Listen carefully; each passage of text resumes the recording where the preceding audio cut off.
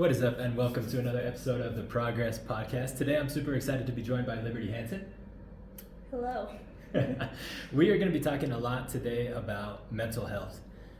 Both how we can make progress in our own mental health, and also how we can use our story and our personal experiences to be an advocate for others, so that other people know that they're not alone in whatever struggles with mental illness that they might have, and that there's hope for them.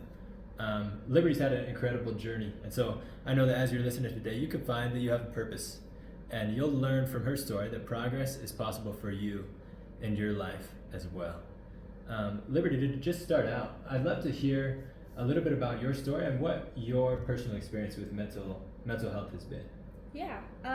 So I feel like the start of my mental health was in around junior high-ish. And I just had depression, anxiety, and I never thought much of it, and it was fine. And as I got older, I decided I was going to serve a mission.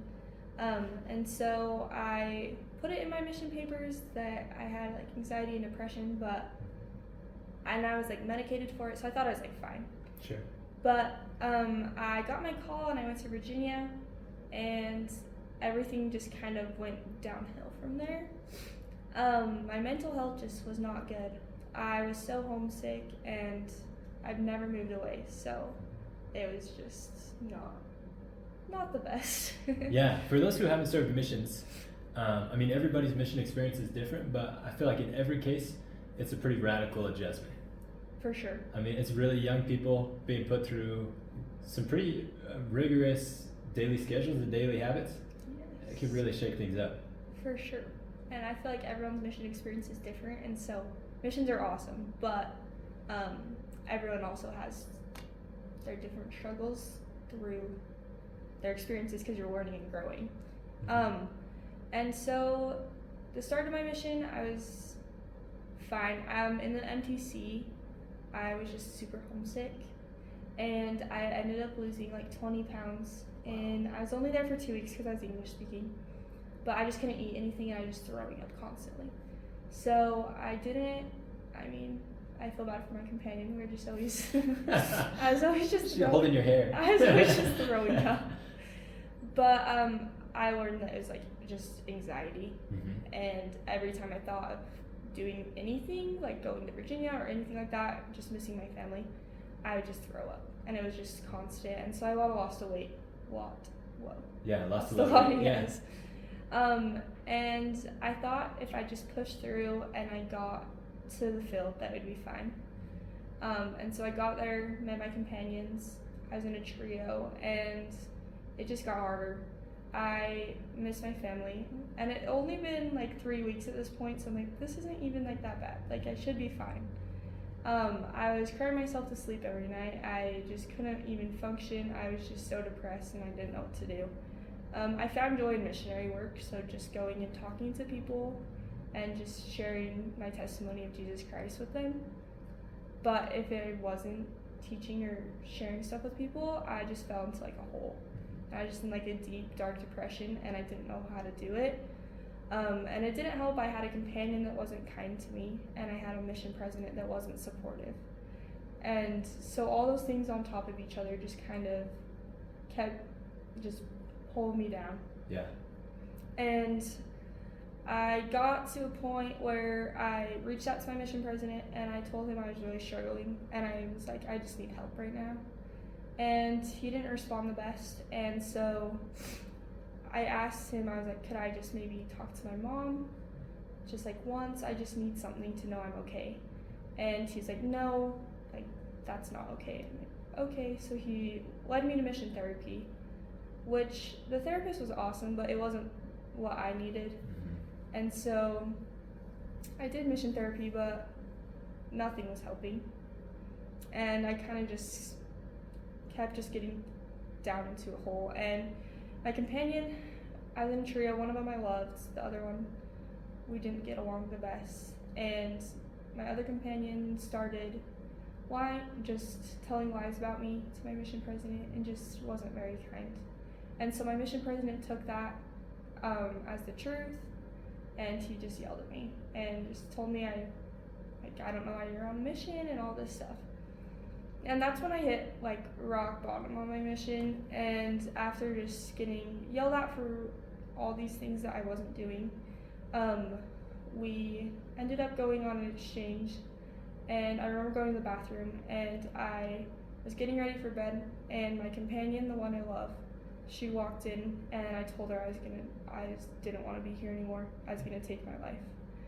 And she just got in my bed with me, held me all night while I cried, and told me that we were gonna get through this. I have thought, through my whole mission experience, I had thoughts of suicide, honestly, almost every day. I just wanted to go walk in front of a car. I wanted to just, like, anything that I could die, because I just wanted to get out of that situation. But I didn't want to go home because I knew that would be harder too, and I was going to be a disappointment.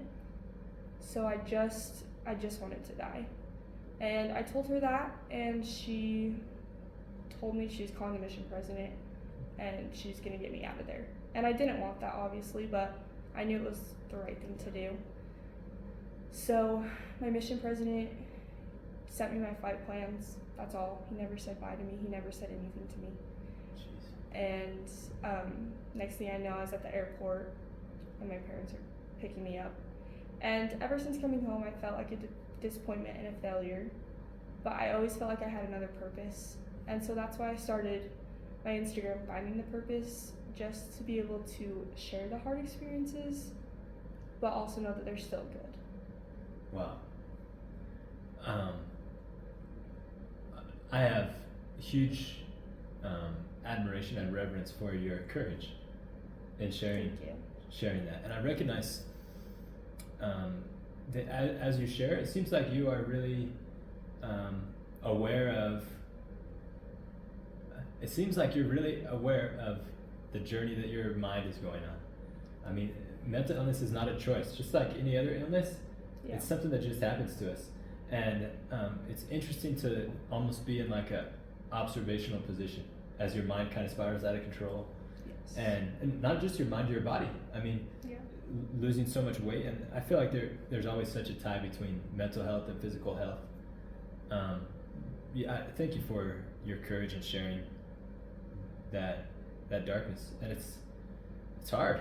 Yes. For you, what are some of like you shared a little bit on it, but I'm curious to hear more of kind of that internal battle.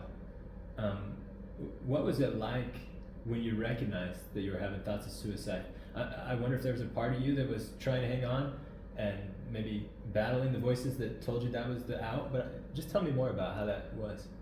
I feel like I always knew like that's not the answer, and that's not like you feel like it's the easy way out, but it's really not. And so I feel like when I had those feelings, I just tried to just keep pushing through, and I would just honestly just rely on Jesus Christ, and I'd say a prayer, and I just feel like I could make it like a minute more.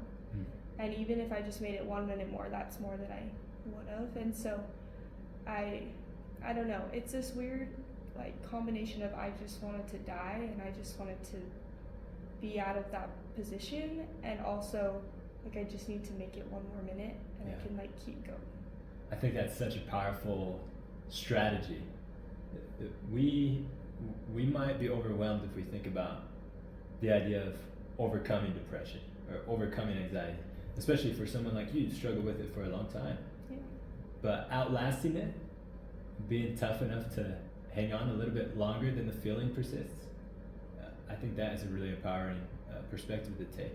And I also, I noticed a pivotal change in your journey as soon as you opened up to your companion. Yeah. What inspired you to do that? The second I like met her, I just felt like I already knew her. And we're just like got along so good. We're like the same person. And so I felt like I could just share with her like everything. And even just like if I was crying about wanting to go home or just missing my family or whatever it was, she was just always right there. And she also struggled with the same things, and so she understood. And so it was just super easy to just be like, this is how I feel, and she's like, me too, but we can like make it, we can get through it. Yeah. Today for my job, I was presenting with some middle school students on the topic of empathy. Mm. And I shared some examples and some thoughts, but I've never heard a better example than what your companion did for you. Yes. Literally crawl in the bed and hold you through the night. Like, there is nothing that demonstrates empathy better than that. 100%. And I also think, like, on your mission, you're just so, like, follow the rules, which is super important, but also in that case where we're not, like, you're not allowed to lay in the same bed. She, like, saved me. And so Yeah. I feel like in some cases, like, it's so much better to not, like, break the rules, but, you know what I mean? Just to be able to save someone. Yeah, I think let's dive more into that. So for those who don't know, the Mission Experience for Liberty that we've been talking about is a mission for the Church of Jesus Christ of Latter-day Saints. And maybe you've heard about those missions, maybe not, but essentially this church, we send out missionaries all over the world. I served a mission as well. And it's to share the gospel of Jesus Christ. I mean, it's to share the message that we're not alone. Yes. But at the same time, it can be kind of a fine line to walk at the intersection of mental illness and religion.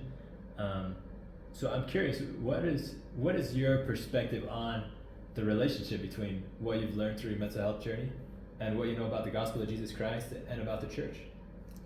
I don't know, it's a tough question. Yeah, it's a big one. I feel like I know the church is true, and my testimony, like, that won't change. But also the circumstances that I had to go through, it made me question things for sure. Yeah. And it made me like, why is this happening to me? Like, this sounds kind of bad, but I knew people that went out on their missions, like, not for the right reasons, and they made it their whole time. And so I just wanted to know why I wanted this so bad, and I wanted to be out there for the right reasons. And, like, I had everything just, like, planned out for my life of 18 months, and then it doesn't work out. And so I feel like just through all those circumstances, I've just had to rely on my testimony with Jesus Christ. But I've also had kind of, like, bitterness towards not the church, just my mission president, because of how I was treated. But I had to really just realize that people are called into positions that sometimes they're not, like, the best fit for, if that makes sense. And so, like, I truly loved my mission and I truly loved the gospel, but I also have a hard time with, like, knowing that he was the mission president and, like, why it just had to be so hard. I don't know if this is making sense, but Yeah, it is. The research shows that folks who are religious, they're more likely to have better mental health. And I think there's a couple reasons for that, right? There's the meaning, kind of just knowing, having faith in a higher power, seeing life in maybe a more zoomed out perspective can sometimes help you to outlast those really difficult, like, emotional experiences sometimes. Also, there's a community aspect that's involved with folks who are religious oftentimes. But still, I feel like a lot of people in religious circles can kind of have a battle if they struggle with mental illness. You know, maybe you think that you're not allowed to have those feelings if you believe in Jesus. You're like, oh, I should always be grateful and happy all the time, just like the pastor and his wife or whatever, you know? Yeah. I think there might be people today who are listening who maybe have had that fight. What have you learned in your relationship with Jesus Christ that's helped you to know that these experiences you have are not wrong? I feel like I've been able to learn that I go through these for a reason. And I've had this, like, just that switch in outlook since I've come home. I had a good friend, she recently just passed away, and she gave birth to her twins and she didn't make it. And it really shifted my perspective on just everything, honestly, of you don't know, like, what tomorrow holds, and so you just need to, like, be here and live in the moment and just try to make the most of it. And so I feel like I applied that to my life of, yeah, my mission had some sucky things happen, but I wouldn't have met my companion. Yeah. And we wouldn't have been as close if we didn't go through these hard things together. I wouldn't have met some awesome people that I taught that I still keep in contact with. And so it just makes me like broaden my perspective of almost being, I'm like grateful, not during it, like when I was in it, I was not grateful for it, but Yeah. now I'm so grateful for all those hard times because I've learned something from it, and I've met and just been able to like grow relationships with people and Jesus Christ through that. Yeah. I'm sorry about your friend. Thank you. That's heartbreaking. The age-old question, like, why do bad things happen to good people? Mhm. Sometimes people lose sight of a merciful God when things like that happen that just are earth-shattering. But at the same time, a theme that I seem to notice is that people who really know God, really know God, you know the type of people I'm talking about. Yes. They oftentimes meet Him in those earth-shattering moments of tragedy and get to see just how merciful He is. Beyond our limited perspective, even the curses are gifts. You know, beauty from ashes, so to speak. And I certainly see that in your story, your experience. For sure. I definitely think that we have to go through the hard and crappy times and honestly get so low in our lives to find just the joy and peace of Jesus Christ, and how, like, sometimes when I'm having a bad day, this sounds kind of weird, but I'm just like, I'm so grateful that I'm not on my mission in that experience right now. And like that makes me like pull out of it in Sure. a way, and it like makes me feel better. So even the worst days here are still better than what you've already been through. Yeah. Yeah. Okay. You talked about kind of that dread of returning home from a mission. For sometimes in our culture it can be seen as a disgrace or like looked down upon, just misunderstood, I'd say. Yeah. I'm curious to hear what fears ended up being true in returning home, and what things ended up going better than you imagined. I feel like the thing I was grateful for was people just honestly being so nice. Because I feel like in church culture you hear a lot of just like people being rude and stuff. And almost everyone that I talked to was just like, welcome home, like we're so glad to have you home. And so I feel like that, like when I was about to come home, I was super worried about that, just like letting down people. And I think the things that were true to me were letting down myself. Just feeling like I didn't serve my mission, didn't really finish what I was called to do, and I don't know, it was a lot of just like self-doubt and just being disappointed. But honestly, like the people around me and everything were like so nice. Yeah. So that was good. That's incredible. These battles we cannot fight alone. Yes. Seriously. And so I think it's really important. I know a guy, his name's Kevin Hines, and he almost lost his life when he jumped from the Golden Gate Bridge. He's the only person ever to survive that jump. He broke just about every bone in his body, was rescued, pulled up out of the water, and now he's a motivational speaker, travels the world sharing his message and advocating for suicide prevention. One of the things that he shared with me that had a lasting impact, he said, you know what, I still struggle. In fact, I pretty much accepted the fact that I'm going to contemplate suicide regularly for the rest of my life. His mental illness is super severe, and part of it's due to his upbringing, really some poor conditions for his health and his siblings' health when he was growing up. And so his brain is different. You know, he's going to live with some of these chronic mental illness issues. And he says, so I don't fight it alone. When I have an episode and I'm like on the edge, I don't trust myself. I trust my friends. And so he says he has a contact list on his phone. Like, these are the people I'll call. That's awesome. When I'm in trouble, when I need to Yeah. save myself from myself. And he says he calls them all the time. And when they get a call, they're expecting it. They know what to do.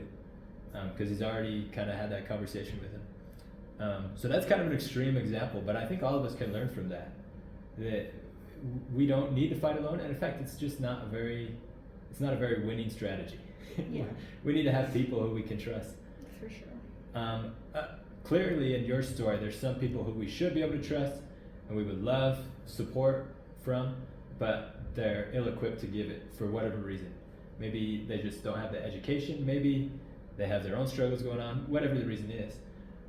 But how have you been able to identify some of those trusted people in your support system that you can rely on, and then kind of discern between them and those who just aren't able to fulfill that role for you?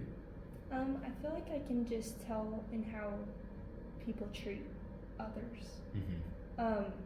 And I feel like with my companion, like I felt like I already knew her and we were just got along. So I feel like those people that are just like you're just drawn to, and you get along with really well, are able to just like be your saving grace. Yeah. And on the other hand, I feel like with my mission president, I'm trying to think of like, from the first time I met him, he was just not very nice. And I feel like you can just kind of tell by just like meeting someone, even like the first time. And so I feel like I don't try to put myself with those people. I just try to put myself with people I know that I can trust and that are nice and that are just kind. Yeah. I served my mission in Kansas in the Midwest, and there's kind of a culture change from Utah, Idaho, the West, to the Midwest. For sure. The way people communicate is totally different. And I don't mean to demean either culture in what I'll share, but my experience has been people in the West here that I'm used to, especially members of the church, they're chipper, they're bright, they're smiley, almost like too much. You know what I mean? Yeah. Sometimes that's just the normal. You're expected to be like bright and happy all the time. In the Midwest, I would come and I'd meet these people and they'd be super, I don't know the right word. I think actually the right word is casual. Like they were not big smile off the face, like singing to me. They were like, oh, come in. Yeah. And like I was almost like rude, thinking they were rude and like hurt by it. But then I realized they're just not putting on a show. It's just not part of the culture in that part of the world, part of the country. Where was I going with this? I swear I was taking this somewhere. Oh, I think that genuine kindness comes from a place of understanding that everyone hurts. Yeah. And so being nice, putting up a facade maybe is something that we can all fall into. And it's something I have struggled with before. But genuine kindness oftentimes is more about just being present. Meeting somebody on their level. For sure. Like your companion did. Truly listening to somebody. Yes. And so as you were sharing how you've kind of discerned between those two groups of people, that's a thought that's come to me. Now, you're super open in your journey. Yeah. And it's helped a lot of other people to find healing and find purpose who have struggled with similar things, maybe in silence, because we still have a lot of stigma to break down in our society about suicide and mental health. What have you learned in that process of being more open?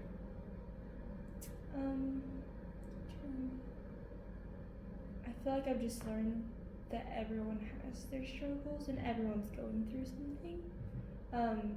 And yes, it's awesome to be like bubbly and nice and happy, but sometimes it's okay to like break down that wall and just realize that everyone has something and they're struggling and they're trying to get through it. So I feel like opening up and sharing more, I've realized I don't know what's going on in other people's lives, and all I can do is just show kindness. And it just helped me, I don't know, just be able to connect deeper with people. Yeah. And in like finding out their stories and everything, and able to like offer healing in a sense. Yeah. Because I feel like when you share your story, it's kind of like, okay, like that's not just like all on me, like it's like for someone else, if that makes sense. Yeah, absolutely. You've like consecrated your experience to, it's like you've given it as a gift to the rest of the world. I mean, a lot of benefit can come from hard things, but that benefit grows when we share it. Because now all the lessons that you've like had to go through hell to learn, now somebody else might not have to. Yeah. So, thank you for doing that. Thank you. For you today, you've made huge strides of progress in your mental health, and being in your home environment has been a huge support to you. Yeah. Being around again people who are supportive and understanding. What is the daily journey for you like now? Is it still a fight every single day, or what is your experience? I feel like it comes in waves. I recently just had my 1 year of being home for my mission, and that was hard. But I feel like when I'm able to talk to people or just kind of share how I'm feeling, I'm not doing okay, this is how, I don't want to be here. Because those feelings honestly never go away. But when people ask me, they're like, are you still suicidal?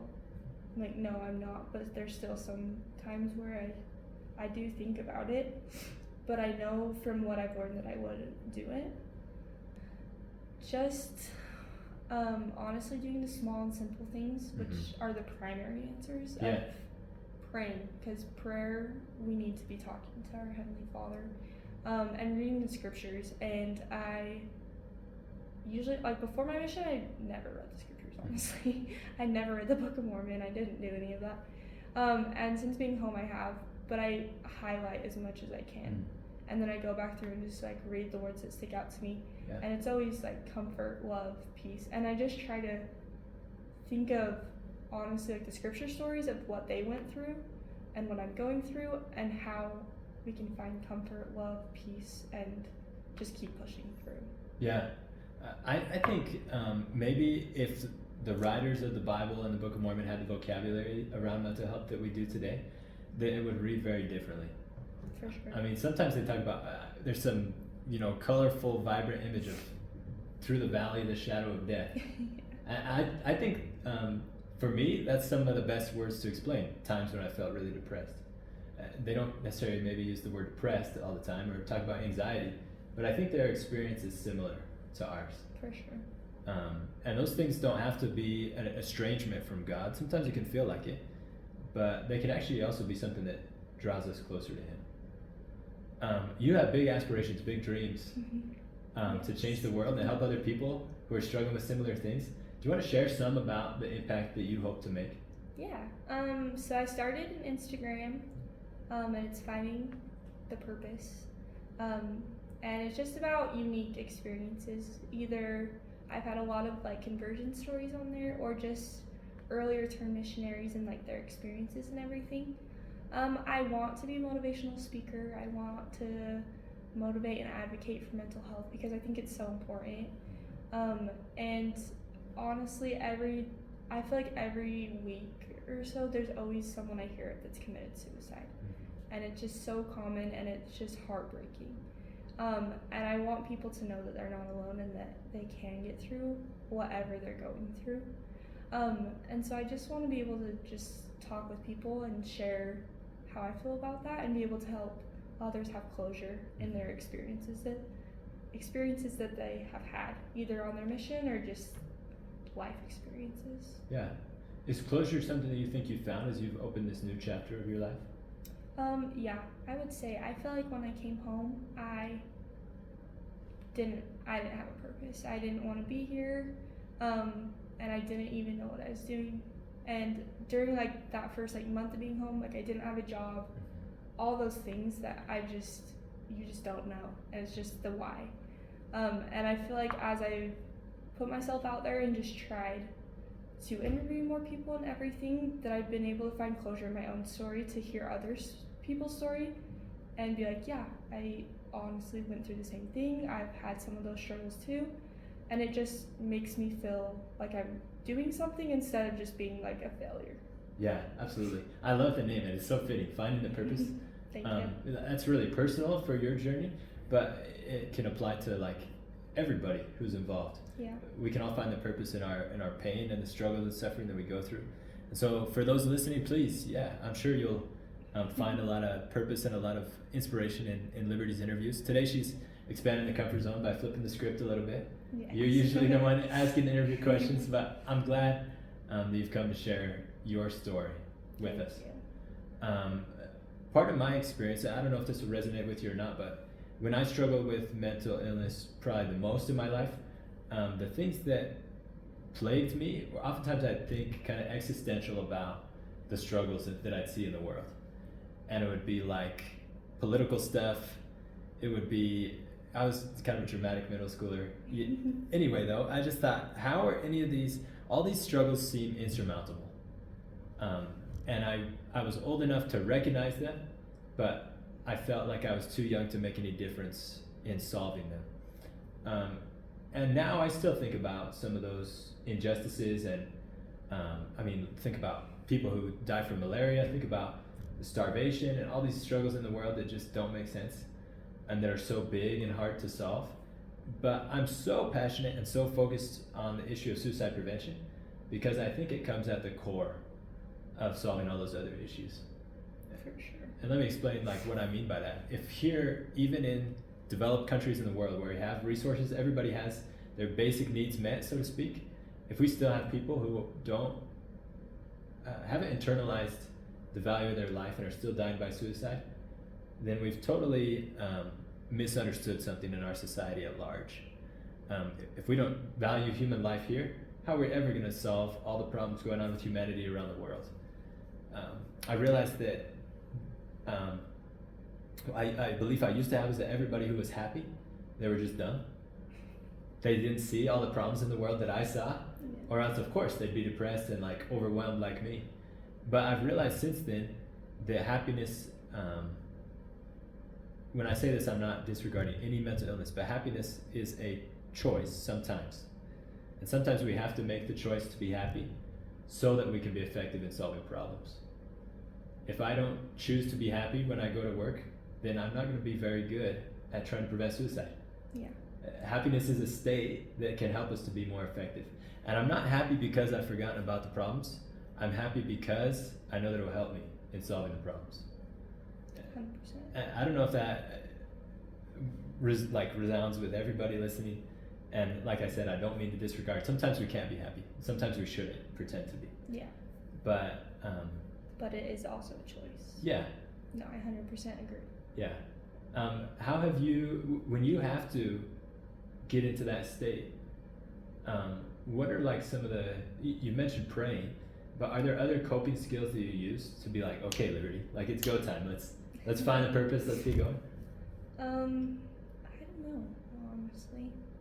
Okay. I'm trying to think. I feel like a lot of times, this isn't really answering that question, but I'll be somewhere. I don't even know what this is called, but I'll zone out, and then I'll realize I'm not the only person here, and everyone else is living their lives, and I'm what is the purpose in my life? Why? If there's so many other people, why do I need to be here? And that, honestly, I think about a lot, and I'll just be why?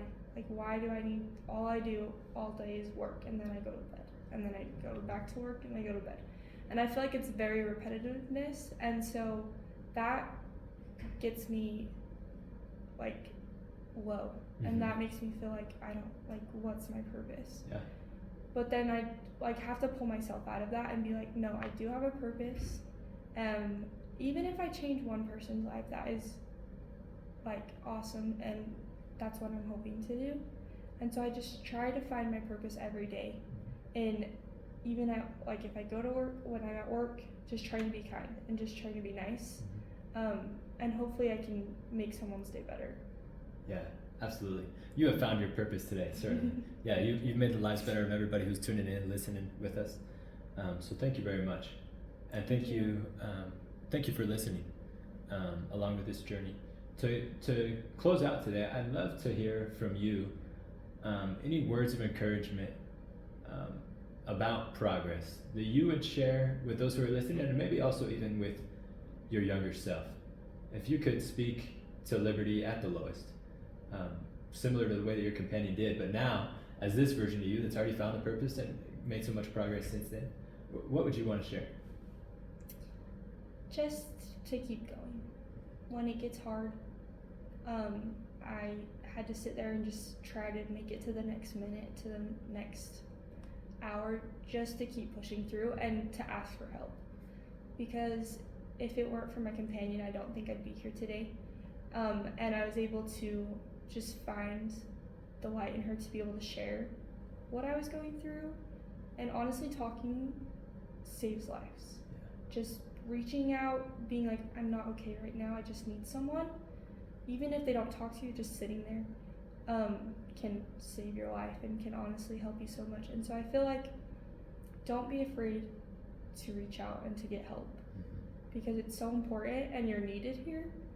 And every time I hear someone that's committed suicide, it just shatters my heart. And I did an interview with 2 of these twins, and their brother committed suicide while they were on their missions.